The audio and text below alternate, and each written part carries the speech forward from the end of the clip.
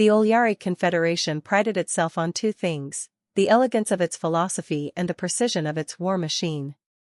For 6,000 years, no fleet had ever defied their territorial edicts.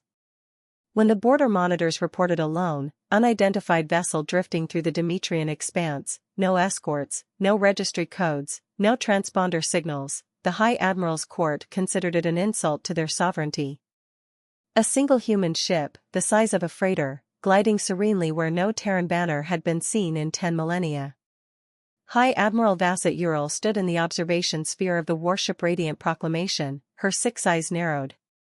"What do we know?" she asked. Her adjutant, Ilian, adjusted his shimmering data cloak. "Minimal readings. The hull is constructed of a composite we cannot identify.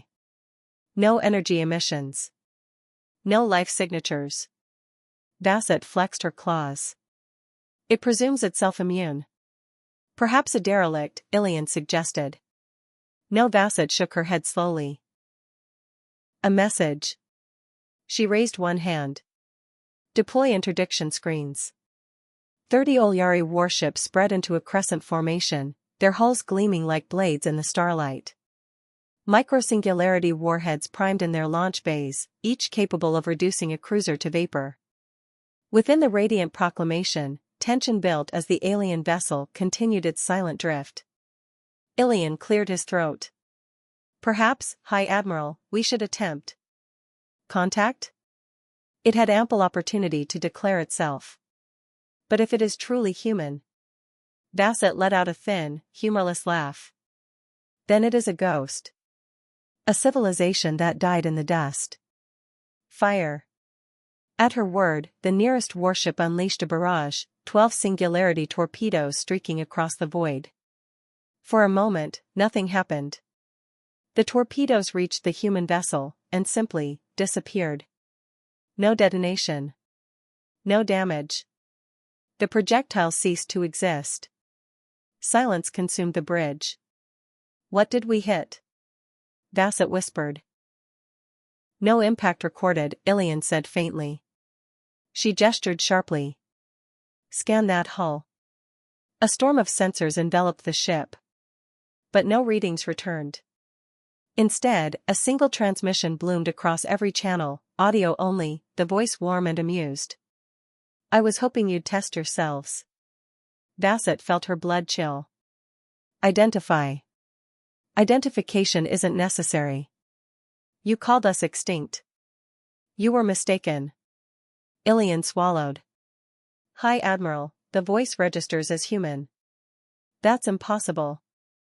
But the voice continued, gentle and curious. "You're certain you wish to escalate?" "We find that unwise." Vasset clenched her jaw. "Launch all batteries." Across the formation, hundreds of weapons flared, plasma lances, graviton shears, antimatter missiles. All converging in a storm of annihilation. The human ship did not move. As the bombardment struck, nothing. The weapons evaporated the instant they touched the invisible boundary.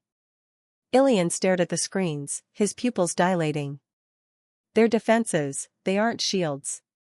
"They're something else," the human voice finished softly. "Something you lack the language to define." Vasset felt her throat constrict.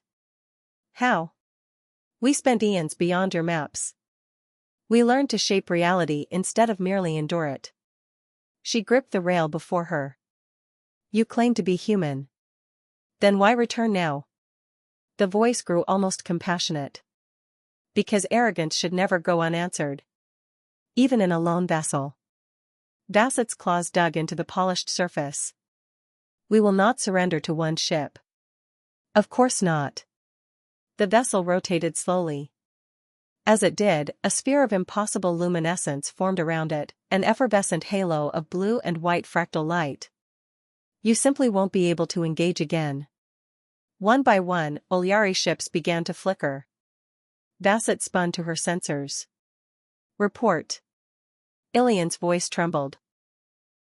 "High Admiral, we're losing power, across all systems. Core fields are." The bridge went dark. For a moment, she thought her heart had stopped. But no. They were still alive. Still intact. And still drifting. Emergency backups flickered to life, barely illuminating the observation sphere. On the forward screen, the human vessel's radiance faded, leaving it as silent and unassuming as before. "You are free to leave," the voice said, soft as a sigh. "But understand this, your weapons cannot reach us. Your threats do not move us. We are humanity reborn, and you will not forget that again."